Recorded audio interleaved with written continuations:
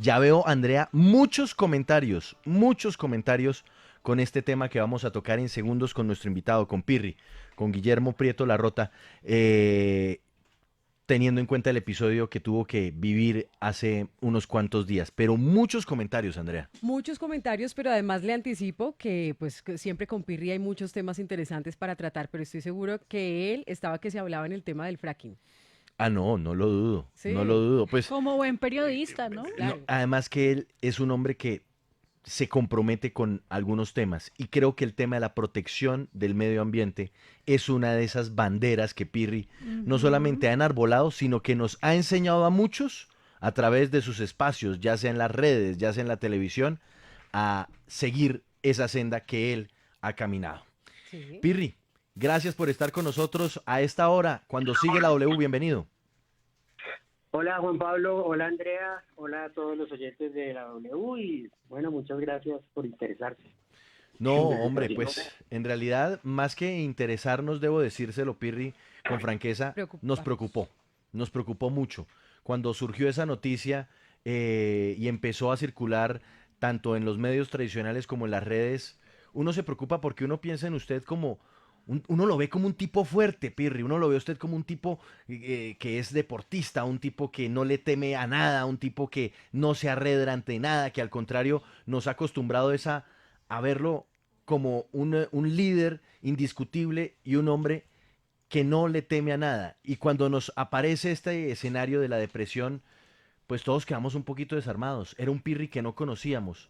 Pirri, ¿hace cuánto está usted sufriendo depresión? Bueno, diagnosticada médicamente desde el 2002, o sea, tratada con psicoterapia y con psiquiatría, y que yo la haya sentido y que pueda mirando hacia atrás decir, identificar los primeros síntomas fuertes, yo diría que desde hace unos 15 años. Eh, pero uno puede estarla sintiendo o padeciendo muchas veces y no lo sabe porque a uno lo acostumbran a pensar que uno cuando está deprimido, oiga, no esté triste, alégrese, o usted qué le pasa, mucha hueva, o Mm. cosas así. Eh, o muchas veces la gente trata de pensar que es vergonzante confesar que uno tiene determinadas situaciones. Pero Pirri, pero ¿cómo Ah, eran, cómo fueron esos síntomas iniciales? Imagínese, hace ya casi 10 años, casi 20 años, perdón, a comienzos de la primera década del 2000. ¿Qué era lo que usted sentía? ¿Cómo eran esas tristezas? ¿Qué era lo que empezaba ya a encender alarmas? bueno, primero que todo, la depresión no es necesariamente tristeza y lo que a mí me empezó, lo que me terminó llevando a hacer consulta médica, los síntomas eran más bien, primero un insomnio terrible y después unos estados de irascibilidad, que no podía entender de dónde venían. Había días también en los que me despertaba y no le encontraba mayor sentido a todo lo que hacía, que yo mismo me cuestionaba y decía, hombre, pero el programa está súper bien, acabamos de ganar este premio, el equipo está bien, mi familia está bien, ¿por qué carajo siento este vacío? Y es una cosa es una cosa tan fisiológica, la depresión, cuando es crónica, cuando es una enfermedad, que uno no entiende por qué se siente así. Y sin embargo hay gente que se puede quedar mucho tiempo sufriéndola porque a uno le da pena decir, no es que estoy deprimido, estoy down o llevado y no entiendo por qué. Bueno, la gente hace como un cuadro y muestra, a ver, este tipo, como tú dices, es fuerte, le está yendo bien, hace estas cosas, porque carajo se va a sentir mal. Y eso a veces uno lo hace abstenerse de consultar. Ujú. Pero digamos que llegó un punto en mi trabajo en que llegué a tener unas crisis tan fuertes, una desmotivación tan fuerte, además son altibajos, a veces la depresión es diferente en cada persona, eh, hasta que tuve mi primer ataque de pánico y ahí sí, ya entonces tuve que consultar y ahí es cuando entonces me entero de que tengo una enfermedad que además tengo unos antecedentes familiares al respecto y es cuando ya empiezo a tratarla pues tanto con la terapia como con la psiquiatría. Claro, a esta hora hablamos con Pirri acerca de lo que le puede pasar a cualquier persona y por eso es tan importante tener esta conversación pues muy humana. Pirri, usted dice que llegó un momento de su vida en que usted ya pues tuvo que pedir ayuda a pesar de los prejuicios, de la vergüenza un poco que se siente sin saber por qué. ¿Algo detonó ese momento en específico o para que la gente también pueda diferenciar en su caso personal en qué momento pasa de ser tristeza allá, qué es un ataque de pánico? ¿Qué es? Bueno, un ataque de pánico es, muchos lo sentimos como la primera vez cuando uno no sabe que es un ataque de pánico, como si a uno le fuera a dar un infarto. Uno siente que no puede respirar, uno siente que se va a morir, le da una ansiedad realmente indescriptible, y es pánico, total, terror total. O sea, no hay un factor alrededor que lo esté amenazando a uno, pero uno siente en ese momento que se va a morir. Yo recuerdo que esa vez fui a urgencias pensando de verdad que me iba a dar un infarto o algo así, y ahí es donde me hacen ver que no, que en realidad lo que necesitaban era relajarme, me dan unos calmantes, unos antidepresivos y me dan la cita con el psiquiatra para que empiece a hablar con él. Digamos que ese es como el caso más horroroso y como el más, en mi historia, es como la manera más fea como se expresa mi depresión. Pero yo he conocido personas de una manera muy cercana que sufren depresión y que tienen esos estados de crisis muy largos en los que no pueden ni siquiera levantarse de la cama. Yo tengo una amiga que sé que duró 3 años encerrada en su habitación. Y la gente es, pero ¿por qué? Es que esta vieja no se quiere levantar, es que esta vieja es una perezosa, pero es que hay que estar dentro de la mente del paciente para ver que la depresión a veces le hace sentir a uno que no vale la pena ni siquiera salir de la cama. Ujú. Hablando sobre ese ataque de pánico y sobre su llamado, pues ya a pedir ayuda, en ese momento cambia toda su vida. Usted nos decía que estaba en un momento profesional pues muy importante, toda la gente lo reconocía como, bueno, los viajes, el mundo según Pirri, las investigaciones también periodísticas. ¿Esto le dio un vuelco total a su vida o qué pasó con ese entorno, con ese mundo de Pirri? Yo venía siendo una persona, digamos, debo decir lo que me consideraba muy feliz y lo soy, digamos. Mi depresión no es un estado constante, son crisis que me dan. Y yo en mi carrera venía trayendo, digamos, que una gran felicidad, una gran satisfacción hasta que mi trabajo empezó a presentarme unos desafíos, unos obstáculos de estrés demasiado fuertes, sobre todo cuando le di el giro al programa y empecé a hacer investigación. Me acuerdo que mi primer ataque de pánico me dio el día que terminamos de hacer la investigación de Garavito. Llevábamos 2 años viendo escenarios de asesinatos de niños, leyendo testimonios de familias, eh, trabajando con perfiladores del FBI sobre los psicópatas, y uno empieza a acumular como esta mala energía en su alma, yo creo, que llega un momento que Eso estalla. influye, Pirri. O sea, en el mundo periodístico a veces uno se satura de noticias y usted cree que no le afecta, pero en su caso tal vez también esto fue un detonante de todo. Yo siento que empezó un poco ahí, pero el mayor pico vino con las amenazas. Yo tuve que irme 3 meses del país y fue cuando me pusieron el esquema de seguridad. Yo siento que mi subconsciente se tragaba todo eso, porque yo en el momento no me sentía mal, o parecía que no me sentía mal, pero mi relación con mi equipo de trabajo cambió totalmente a un punto de que tuvieron que decirme, hermano, ¿qué le pasa? Porque entonces yo llegaba, me desquitaba con la gente, yo no dormía, yo quería que la gente trabajara más horas de las que se necesitaban, que todo el mundo hiciera lo que yo pretendía que hicieran, casi que de una manera demencial. Eh, y entonces es cuando, digamos, mi vida llega a un punto tan crítico que entonces tienen que medicarme. Entonces empiezo, los primeros años me acuerdo que tomaba solo, y lo bueno de la terapia, digamos, es que lo bueno de la terapia es que yo diría que la mejor parte de la terapia es la que uno no hace con las medicinas. Lo que pasa es que cuando uno se descuida en esa parte, cuando uno no hace la psicoterapia con juicio y se queda confiado solamente a la medicación, pues es cuando uno le da papaya a la depresión para que vuelva y aparezca. Sí, precisamente eso le iba a preguntar, Pirri. En el momento en que usted acude a un profesional para que le ayude, ¿cómo fue esa atención que usted recibió? ¿En Colombia hay suficiente conciencia de que existen las enfermedades mentales y que hay que atenderlas como cualquier otra urgencia? Y se lo pregunto también porque usted dice que pues ya han pasado cerca de 20 años y pues recientemente conocimos que usted estuvo hospitalizado de nuevo por esto. ¿Esto es una recaída o definitivamente la depresión es una enfermedad que no se cura? Yo siento que es una enfermedad crónica que se puede manejar. O sea, una enfermedad en la que si uno le da la oportunidad, la enfermedad aparece, pero en la que si uno sí es digamos, en la que si uno es juicioso con la terapia y reconoce, está alerta a reconocer los síntomas, uno puede llevar una vida muy tranquila y muy feliz, digamos. A mí, inclusive, me causa algo de curiosidad que me estén haciendo esta entrevista en el 2020, cuando yo he tenido crisis mucho más serias en el 2014, inclusive yo tomé un año sabático a raíz de esto. Yo hago una obra de teatro, un stand-up comedy en el que me burlo de esa parte de mi vida en la que me tocó acudir a un psiquiatra porque mi trabajo me obligó. Entonces, ahorita, no sé si fue por la manera como se salió la información o por qué, pero yo decía en estos días, hombre, si yo ya antes, esto que me está pasando no es nada comparado con las épocas del 2014, del 2013, y en esa época nunca nadie me preguntó por esto. A la base de la pregunta tuya, yo diría que pues uno tiene la fortuna de que puede tener una medicina prepagada, y para mí fue mucho más fácil acceder a los servicios.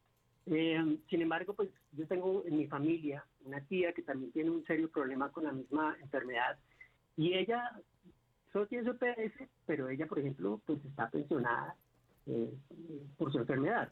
Yo creo que el mundo ha empezado a reconocer la gravedad de lo que es esta epidemia de depresión, además porque las predicciones dicen que para este 2020 es la enfermedad que va a tener mayor crecimiento en el mundo, pero es un cambio que apenas está sucediendo. Todavía en mucha parte de nuestra cultura, inclusive de las mismas de la misma cultura médica, mucha parte sí le da la importancia que tiene, pero mucha gente todavía piensa que esto no es una enfermedad. Bueno, pues detengámonos en eso, Pirri. Hablemos de su entorno, hablemos de su familia y sus amigos más cercanos, e incluso de la gente que trabajaba con usted. ¿Qué tan fácil fue para ese entorno entender lo que usted le estaba pasando? Y no solamente entender, sino rodearlo usted cuando usted estaba pasando por los episodios de depresión. ¿Cómo fue ese manejo con su entorno más cercano? Bueno, afortunadamente la vida me ha dado amigos y una familia invaluable. Mi mamá lo primero que piensa cuando uno se enferma es ¿qué hay que hacer por mí? Ella no se pone a preguntarse, es que esto es una enfermedad o no es una enfermedad. No, ella sabe que estoy mal y ella oye, y bueno, es una madre absolutamente protectora. Bueno, mi familia fue vital, pero en mi trabajo, yo creo que mi equipo de trabajo venía teniendo que aguantarse tanto mis estados de ánimo, que fue un doble ejercicio. Primero, ellos buscaron una solución al darse cuenta que lo que estaba sucediendo era algo que me pasaba a mí. Y en segundo lugar fue ser lo suficientemente amigos para ser solidarios en la búsqueda en ayudarme o en entenderme en la búsqueda de la solución. ¿Y uno cómo les Digamos, explica eso a los amigos, Pirri? ¿Uno cómo le dice, oiga, muchacho, es que yo, no es como, uno dice comúnmente, es que estoy deprimido, sino que de verdad lo suyo es un padecimiento de salud? pues la verdad nunca, creo que tengo un círculo de amigos que uno es tan obtuso como para no entender. Algunas de otra tía Beata, pero ni siquiera ellas. Pero yo recuerdo que les mamaba mucho gallo. Yo les decía, oiga, no, hermano, pues fui al médico y ahora resulta que tengo depresión y un trastorno de ansiedad. O sea, me falta ser bipolar, y nos reíamos, etcétera, pero después de las risas venían, hombre, y bueno, ¿y qué hay que hacer? ¿Qué podemos hacer? ¿Cómo va a ser el tratamiento? Y digamos que no siento que, pues obviamente la familia de uno sufre cuando uno está enfermo, pero siempre ha sido más una actitud de comprensión. Y ahorita estoy en la casa de mi mamá, en Boyacá. Mi mamá está feliz porque estoy con ella. Bueno, pues Pirri, muchos mensajes en el Facebook, en Twitter, dice Orlando, sufrir depresiones, muchas gracias a Pirri por su generosidad al compartir su experiencia con la depresión. Abrir las puertas al público a algo tan íntimo y personal es una muestra de su gallardía, sensibilidad y compromiso social y su gran fortaleza. Y también se viene la discusión de qué agarrarse, Pirri, cuando uno sufre una depresión. Indudablemente la parte espiritual es importante, pero también hay que ser consciente que a veces se necesita también medicina porque también corresponde a una, digamos que reacción química en el cerebro que también el cuerpo pues necesita de esta medicina. Pero usted, ¿de qué se ha agarrado en la vida y que a usted personalmente le haya servido? Mm, eh, mucha gente se agarra de lo que llaman el poder superior, de la religión, de la idea que tengan de Dios. Mi espiritualidad está más bien dada como en la naturaleza, pero mi mejor terapeuta y la terapeuta más sana y la que me hace más bien es la bicicleta. O sea, el deporte para mí ha sido un salvavidas y sí, un salvavidas y un elemento crucial. Digamos que yo, después de mi primera crisis, los primeros 2 años, yo me agarré a hacer deporte, bicicleta por las mañanas, escaladas después de trabajar, y el deporte hace que uno secrete tanta serotonina y dopaminas en su cerebro que compensan esa deficiencia de serotonina y dopaminas que la depresión le producen a uno. Para la gente que no entienda, las serotoninas y las dopaminas son parte de los químicos que balancean nuestros estados de ánimo en el cerebro. Yo le digo a todo el mundo, si a usted lo que le gusta es Jesús, Dios, etcétera, agárrese de lo que usted crea, porque esas son sus creencias y son suyas y se las tienen que respetar. Pero si puede hacer deporte, hágalo. Salga, respire. Es que nosotros vivimos en un medio ambiente, además, nuestra sociedad se ha vuelto una sociedad depresiva. Nosotros vivimos con miedo, vivimos, ¿cómo se dice? Atrasados, vivimos estresados, vivimos con sobrecargas de trabajo y ahora además con una generación absolutamente decepcionada porque no pueden ser los influencers que siguen poniéndose y unas aspiraciones en la vida absolutamente difíciles, imposibles de alcanzar, cuando la verdadera tranquilidad y la verdadera felicidad puede estar en las cosas sencillas. A raíz de lo que a mí me pasa, muchas veces leo estudios y el crecimiento en casos de depresión en adolescentes en Estados Unidos y Europa a raíz de las redes sociales, o porque no pueden ser lo que sus followers, lo que sus influencers son, o por el bullying que se hace a través de las redes, o porque simplemente la cantidad de información es improcesable. O sea, hace unos años uno trabajaba, veía el noticiero a mediodía, por la noche llegaba, comía con la familia, leía un libro y tenía 3 o 4 problemas. Ahora yo siento que uno está trabajando en una cosa, trabajando en otra del teléfono, en otra del celular, la gente no logra concentrarse en una cosa y la sobrecarga de trabajo es demasiada. Y digamos, a mí de alguna manera me tocó hacer un pare, por eso yo les decía lo del año sabático, porque a finales del 2014 yo dije, si yo no paro, a mí esta vaina me va a matar. Sí. Y creo que fue la decisión más sabia que he tomado en la vida. Pirri, ¿cómo se siente usted ahora? La gente definitivamente quiere seguir viendo a Pirri y todos esos espacios en los que usted en las redes sociales pues nos comparte esos videos, esos comentarios agudos, pero tan necesarios a veces para el periodismo nacional. Cuéntenos qué le depara este 2020. Usted nos decía pues que ahorita está en la casa de su mamá en Boyacá, pero ¿qué piensa laboralmente? ¿Cuál es el futuro que viene este año para Pirri? Esta no es la primera vez que tengo una crisis, porque como yo te decía, y he tenido crisis más duras, he tenido crisis en las que he tenido que estar internado 15 días, 3 semanas. Pero esto no cambia para nada mi vida. O sea, desde el momento en que yo sé que tengo depresión, lo que he decidido es que soy consciente que tengo una enfermedad, que tengo que trabajar con ella, pero que esta enfermedad no me va a cambiar la vida. O sea, es un obstáculo que a veces sale, como todo, la vida no es fácil. Pero digamos, el escenario laboral, mis proyectos no cambian para nada. Yo espero estar el lunes ya en Bogotá otra vez, como todo el mundo, al regreso de vacaciones, retomando todos mis proyectos.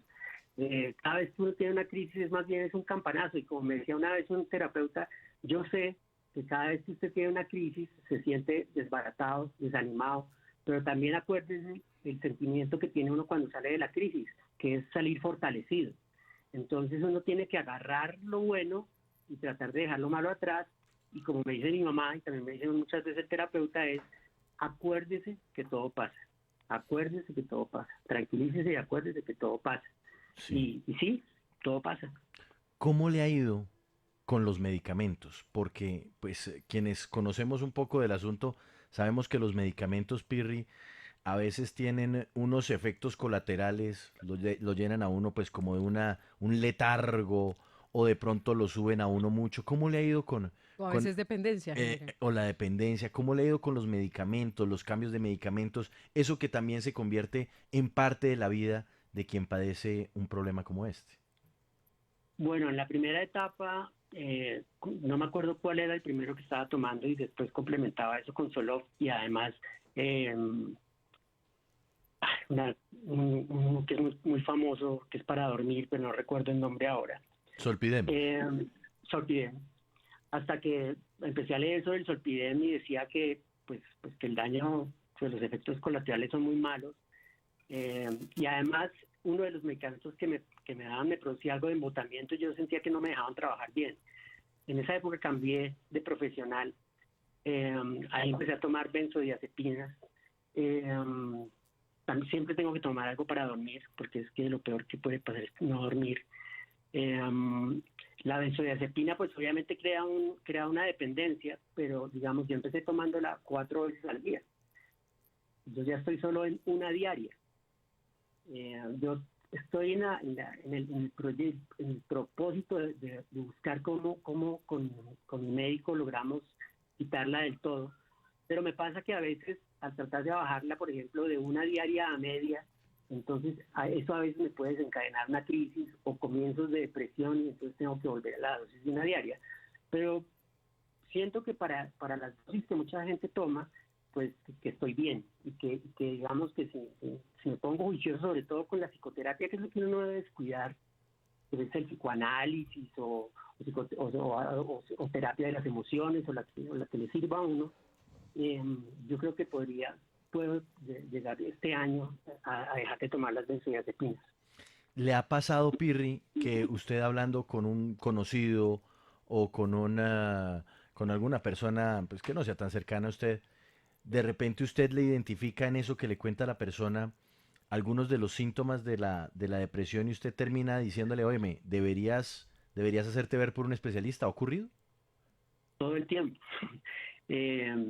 Todo el tiempo, porque además uno empieza a ver inclusive en sus relaciones personales, por ejemplo, en el otro, en la pareja, en la familia, porque uno siente y se da cuenta a veces en el sufrimiento de los otros que a veces es justificado, y no es que la depresión no tenga justificación, sino que uno tiene una preocupación por el otro al saber que hay algo que se puede hacer, que empieza uno a volverse como un detector de síntomas. Y a tratar de hacer algo que ojalá hubieran hecho por uno más pronto, y es preguntar cómo está, por qué se siente así, por qué está reaccionando así. Porque, claro, en esta sociedad en donde estamos todos tan estresados, lo que les decía muchas veces la gente piensa que depresión es solo estar triste, pero muchas veces la persona deprimida lo que está es irascible. O sea, es una persona histérica, una persona con la que no se puede hablar, y resulta que uno le contesta a esa persona con la misma piedra. Y entonces uno a veces dice, pero ¿por qué es injustificable? ¿Por qué? ¿Por qué? Y entonces mejor uno aterriza la cosa y trata de ver si es que hay una razón o si es que de pronto la otra persona está pasando por algo en ese momento. Pero sí me pasa todo el tiempo, y también me pasa que muchas veces, por ejemplo, a raíz de esto, entonces salió el chisme y salió la cosa el lunes y el martes me dijo mi novia que han escrito una cantidad de mensajes de apoyo, entonces yo escribí algo en las redes sociales contando a la gente qué había pasado, y de los 8,000 y pico de comentarios que tengo, que traté de leerlos todos, yo era entre aterrado y feliz de la cantidad de gente que me decía, muchas gracias, yo me siento igual, yo estoy tomando esto, mira, yo hice esto, estoy haciendo esta terapia, mira, yo logré salir, mira, yo estoy pero jodido, ¿qué hago? ¿Qué me recomiendas? Es como que uno se da cuenta que no está solo en esto y que hay muchas personas que estamos en esto.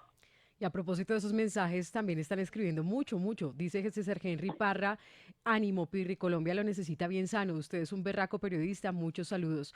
Y quiero aterrizar el tema por lo que ustedes dicen, que la depresión está en muchos sitios, pero es muy silenciosa.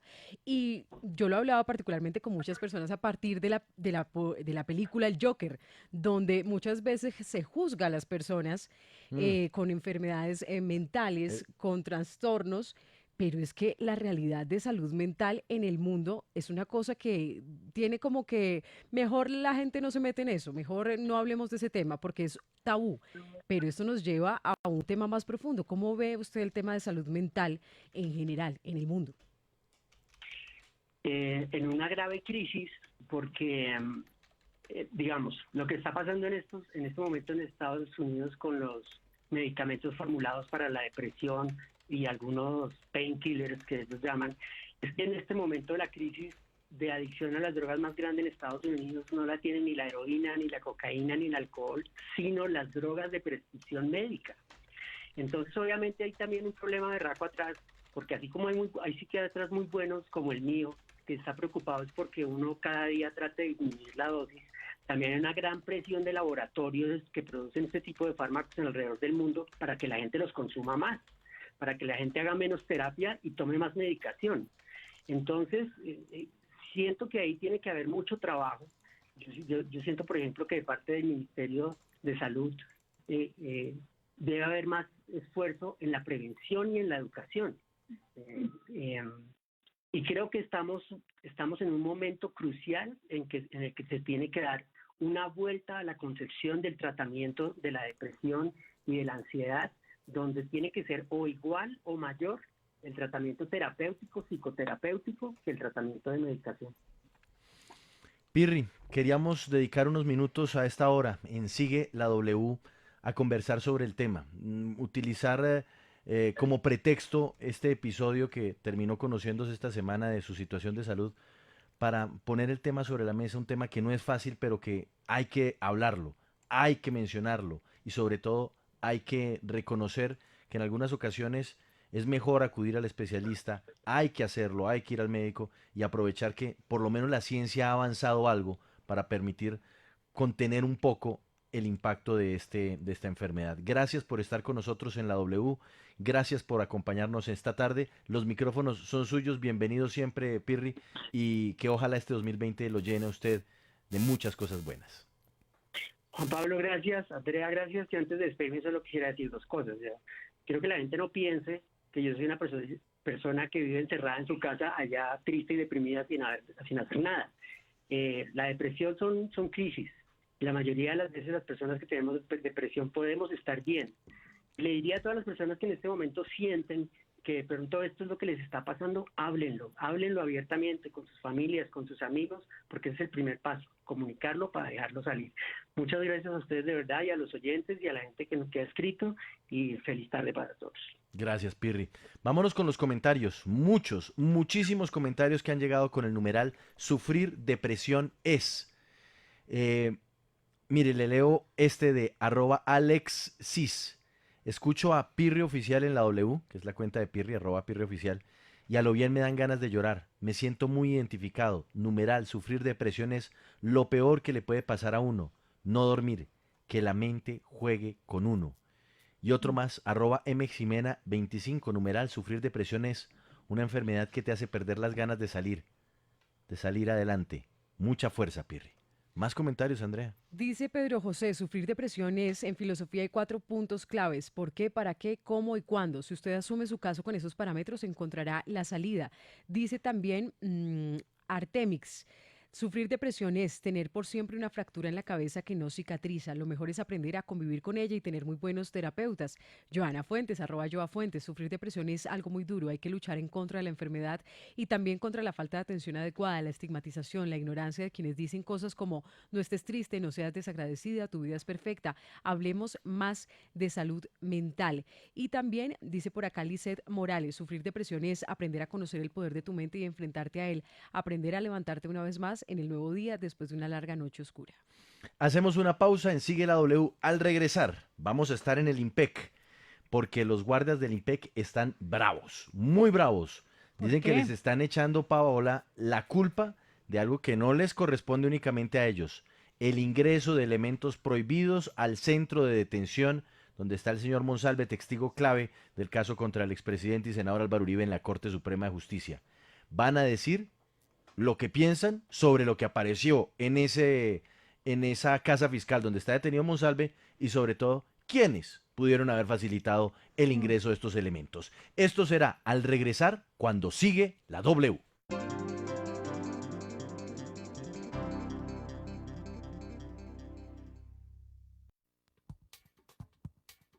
Las tardes de la W traen siempre lo mejor. A las 12 sigue la W con Andrea Díaz.